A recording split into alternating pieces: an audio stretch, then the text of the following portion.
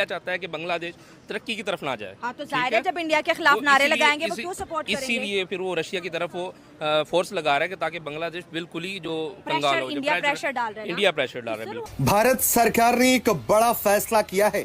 दरअसल 12 Sukhoi 30 MKI लड़ाकू विमान भारत खरीदने जा रहा है। जी हां, इसके लिए बकायदा रक्षा मंत्रालय और HAL के बीच में एक समझौता भी हो गया। चीख रही थी कैपिटल हिल में और वो कह रही थी कि ये क्यों नहीं उनको शूट करते। कहते we don't have any authority to shoot them.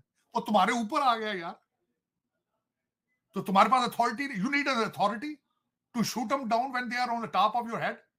ये है लाचार की कहलाती। उनकी जो वर्ल्ड डिप्लोमेसी इंडिया की, हर मुल्क उनके साथ इकट्ठा खड़ा है, जिसको चाहते हैं गिरा देते हैं, जिसको चाहे। हमें भी तो कहते हैं ना कि इंडिया ने आइसोलेट किया हुआ है। देखिए ना, एक तो होती है इकोनॉमी अपनी, ठीक हो ठीक गया। है, एक अपने मुल्क की इकोनॉमी है, वो स्टेबल खड़ा है। ठीक है। वो आज उसको देख लें, IT के मामले पर कहाँ है इंडिया। और आपको पता है इंडिया के प्राइम मिनिस्टर नरेंद्र मोदी से जब ये बात की जाती है कि पाकिस्तान के साथ ताल्लुकात बेहतर किए जाएं, तो वो कहते हैं कि भाई हमें समझ ही नहीं आता कि पाकिस्तान को चला कौन रहा है, हम बात किसके साथ करें। उसकी रीज़न ये है कि अभी सबसे पहले हमारे मुल्क के अंदर हमारी जो आवाम रहती है, अगर यही मुतमईन होगी इस मुल्क से, तो मेरे ख्याल में जो हमारे हमसाए मुल्क हैं वो मुतमईन होंगे।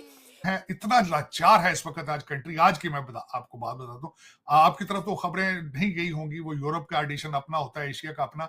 यहां पूरी एक SUV गाड़ी के साइज के इस वक्त ड्रोन उड़ रहे हैं। अगर हम खुद मुतमईन नहीं है, मैं अपनी बात करता हूँ कि मैं मुतमईन नहीं हूँ इस मुल्क से, यहाँ पे रहने से। किस वजह से? ये हमारा मुल्क है, मजबूरी से आते हैं, मोहब्बत है, इस वजह से आते हैं।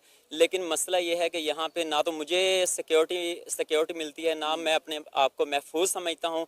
तो आप मुझे मैम ये बताएं कि इंडिया या बांग्लादेश कैसे महफूज। वो जंग बंदी के ऐलान के करीब पहुंच चुके हैं। ये हालात इस कंट्री के, तो उन्होंने इनको जब तक किसी ने गिरा के नहीं दोबारा सिस्टम को बनाना, ये नहीं बचेंगे। और सर क्या कहेंगे, बांग्लादेश और इंडिया के रिलेशनशिप बड़े अच्छे रहे हैं, बहुत ज़्यादा कहते हैं ना कि बांग्लादेश को पालने वाला इंडिया ही है। अब वो कह रहे हैं हमने इस बांग्लादेश को कंग्लादेश बनाया, क्योंकि ये भी गद्दार निकले। साल में उन्होंने एक्टिविस्ट जो है वो हर जगह पे अपने प्लांट कर रखे हैं, और जाहिर है कि वो 2 साल में उन एक्टिविस्ट जो है उनको निकालना पड़ा कैपिटल हिल में। और वो कह रही थी कि ये क्यों नहीं उनको शूट करते। कहते we don't have any authority to shoot them. वो तुम्हारे ऊपर आ गया यार, तो तुम्हारे पास authority, you need an authority to shoot them down when they are on the top of your head. ये है लाचार की कहलाती। दूसरा, मैंने आज सुबह एक किसी टीवी चैनल पे था, तो मुझसे उन्होंने पूछा कि what is the state of America today. तो मैं उसके बारे में बताना चाहूंगा, एक फिक्रे के अंदर बता दूंगा कि what is America today. Donald Trump साहब गए हैं फ्रांस में। मैक्रोन ने वहां पे प्रोटोकॉल को साइड पे रख के यूक्रेन के प्रेसिडेंट को बुलाया, 20 मिनट की मीटिंग, और उन्होंने कहा कि we are ready to talk, हमारे इंटरेस्ट का ध्यान रखिएगा। तो यहां उसको बड़ा पॉजिटिव लिया गया कि जंग बंदी हो रही है, जंग खत्म हो रही है। लेकिन साथ ही यहाँ पे जो बाइडेन एडमिनिस्ट्रेशन के वो जो सेक्रेटरी डिफेंस है लॉयड ऑस्टिन, उन्होंने $988 मिलियन का पैकेज यूक्रेन को दे दिया। अगर जंग बंद हो जाएगी तो पैकेज क्या करेंगे। करप्शन की क्या हालत, लेफ्ट हैंड को नहीं पता राइट हैंड क्या कर रहा है। ये हालत इस कंट्री, ये हालत। इससे पहले अभी मैं तो शॉक से नहीं निकला था जब इलॉन मस्क ने ट्वीट किया था कि भारत के अंदर 680 मिलियन की वोटिंग एक दिन में काउंट हो जाती है, लेकिन कैलिफोर्निया में आज भी काउंटिंग जारी है। अभी मैं उस शॉक से नहीं निकला था, इनके हालात के ऊपर मुझे दुख था, लेकिन साथ 988 मिलियन का पैकेज, जहां पे जो जंग लड़ रहे हैं वो जंग बंदी के ऐलान के करीब पहुंच चुके हैं। ये हालात इस कंट्री के, तो उन्होंने इनको जब तक किसी ने गिरा के नहीं दोबारा सिस्टम को बनाना, ये नहीं बचेंगे। और उसके लिए पीरियड क्या है, सिर्फ 24 महीने, 24 मंथ्स, 2 साल। डोनाल्ड ट्रंप साहब अगर अपना मैंडेट 2 साल में डिलीवर ना कर पाए, आगे कांग्रेस के इलेक्शन आ जाएंगे और उसमें वो अपनी मेजॉरिटी लूज कर जाएंगे, फिर दोबारा लेजिस्लेशन नहीं कर पाएंगे। तो इस वक्त अगर देखा जाए तो अमेरिका के पास वो साडी पंजाबी च कहंदे सन टाइम घट ते मुकाबला सख्त है, और पता नहीं ये किस तरह ये दरख्त किस तरह, ये ऊंट किस करवट बैठेगा। लेकिन they need a strong and difficult decisions. और मेरे ख्याल में डोनाल्ड ट्रंप की जो कैबिनेट उन्होंने बनाई है, ज्यादातर उसमें लोग जख्मी हैं, ज्यादातर लोग जो है they are loyalist, they know how to deliver it. लेकिन जो दूसरी साइड पे भी बराक ओबामा साहब ने अगले दिन एक तकरीर की है, उसको बड़ा क्रिटिसाइज किया जा रहा है। उन्होंने उसमें धमकी दी है कि वो विल फाइट बैक, और डीप स्टेट है उनके साथ। 14 साल में उन्होंने एक्टिविस्ट जो है वो हर जगह पे अपने प्लांट कर रखे हैं, और जाहिर है कि वो 2 साल में उन एक्टिविस्ट जो है उनको निकालना बड़ा मुश्किल होगा। अभी तो खैर इस वक्त तो अमेरिका शट डाउन है, क्योंकि सर्वे के मुताबिक 96% federal employees working from home, वो काम पर जा ही नहीं रहे हैं। और पूरे का पूरा अमेरिका जो है, they are still in Covid syndrome. Customer service कुछ भी नहीं है। जहाजों पे, आप जहाज पे जाएं, एयर होस्ट से आपकी मुसलसल बेइज्जती करती हैं। जरा आप किसी चीज पे बात करें तो आपको वो नो फ्लाई लिस्ट के अंदर आपका नाम डाल दिया जाता है।